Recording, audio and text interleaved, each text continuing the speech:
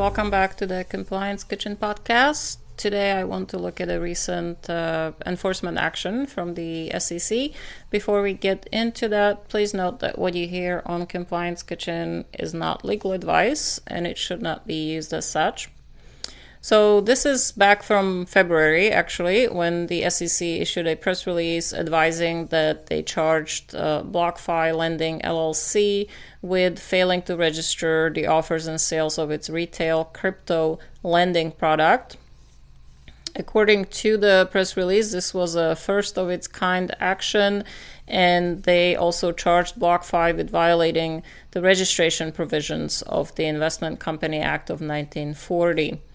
To settle the charges, BlockFi agreed to pay a $50 million penalty, seize its unregistered offers and sales of the lending product called BlockFi Interest Accounts, or BIAs, and attempt to bring its business within the provisions of the Investment Company Act within 60 days. BlockFi's parent company also announced that it intends to register the offer and sale of a new lending product, and BlockFi also agreed to pay an additional $50 million in fines to 32 states to settle similar charges to those that were brought by the SEC.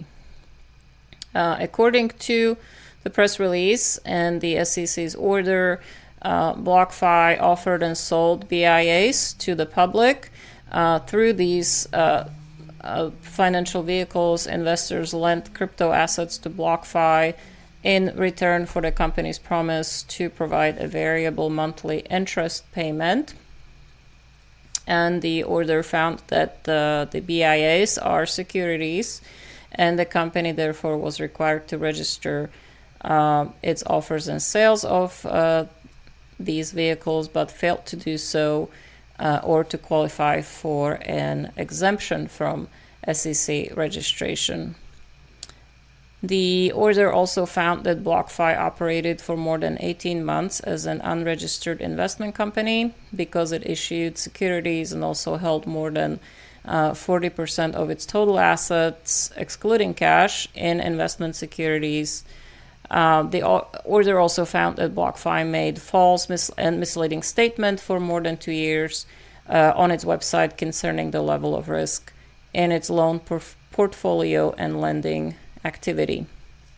Now, without admitting or denying the SEC's findings, BlockFi agreed to a cease and desist order prohibiting it from violating the registration and anti-fraud provisions of the Securities Act and the registration provisions of the Investment Company Act.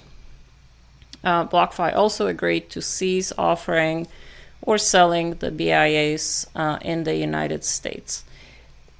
As far as investor education, the release also highlighted that the SEC's Office of Investor Education and Advocacy and Enforcement's Retail Strategy Task Force has issued an investor bulletin on crypto asset interest-bearing accounts.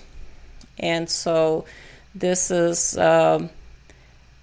for additional information to investors about crypto assets. And if you go into investor.gov, investor alerts and bulletins, you can find it there, and it is dated February 14, 2022, if you would like to read through the publication.